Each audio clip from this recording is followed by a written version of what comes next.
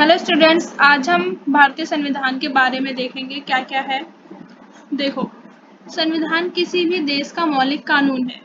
संविधान एक लिखित दस्तावेज होता है जो संविधान क्या है, देश को चलाने के लिए बहुत ही महत्वपूर्ण है और ये एक मौलिक कानून होता है जो सरकार के विभिन्न अंगों की रूपरेखा और मुख्य कार्य का निर्धारण करता है।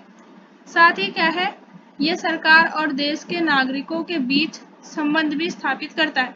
ठीक है, वर्तमान में क्या है, भारत का संविधान 465 आर्टिकल्स यानी 465 अनुच्छेद और 25 भागों, जो क्या है 25 भागों और 12 अनुसूचियों में लिखा गया है।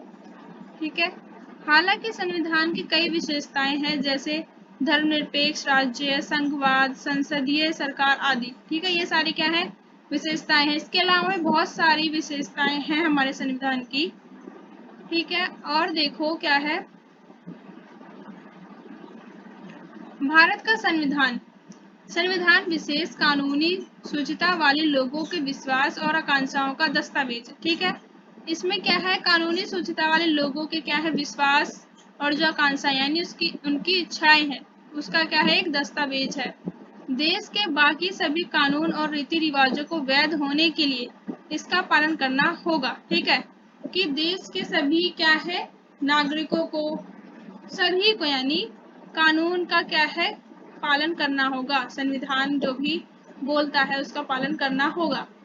भारत का संविधान 26 जनवरी 1950 को लागू हुआ था, जैसा कि आप सभी जानते हैं, जिसमें क्या था उस वक्त 395 आर्टिकल्स थे। ठीक है, अब क्या है 395 आर्टिकल्स थे, 8 क्या थी अनुसूचियां थी और 22 हिस्से थे यानी भाग थे। अब क्या है, ये दुनिया का सबसे विस्तृत यानी सबसे बड़ा लिखित संविधान है और वर्तमान में मैंने अभी आपको ऊपर बताया कि भारत का संविधान 465 अनुच्छेद यानी आर्टिकल्स और जो क्या है 25 भागों में बटा हुआ है और 12 अनुसूचियों में लिखा गया है। इसमें क्या है, समय समय पर संविधान में कई संशोधन किए गए हैं, यानी जब भी परिस्थितियां बदलती रहती है तो इसमें क्या है संशोधन यानी बदलाव किया जाता है।